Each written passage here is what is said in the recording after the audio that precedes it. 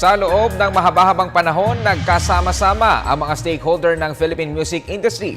Pero hindi sa isang concert kundi sa Pinoy Music Summit 2014. Ito isang pagtitipon upang pag-aralan ang mga estado ng original Filipino music ngayon at ang hinaharap nito.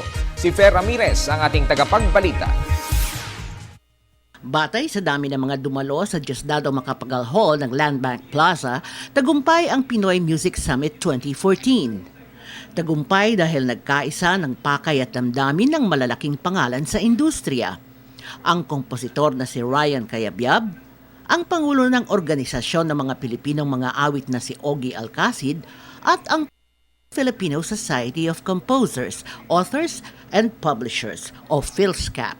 Bilang conference director, si Cabangon ay binibigyang kredito sa pagpapasimuno ng summit. Ang layunin talaga dito ay para muling buhayin yung diwa ng musikang Pilipino sa lahat po ng mga Pilipino. Because ito po ay ating kultura, expression nga po ito ng ating damdamin ng pagka-Pilipino.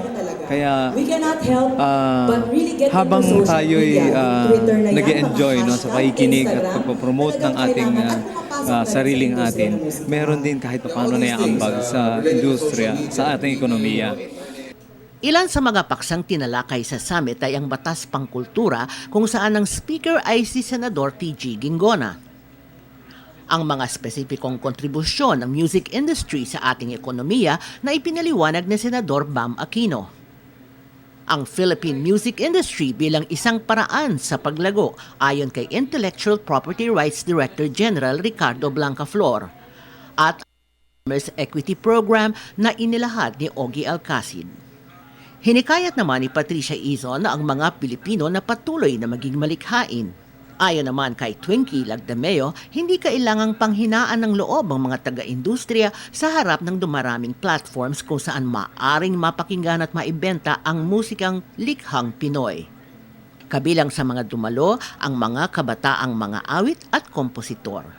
Talagang nakakatuwa po yung feeling na so far maganda po yung mga presentations at sa palagay ko namumulat na yung ibang mga kasapi dito sa summit at nakikita naman natin na sana nga magkaroon na sila ng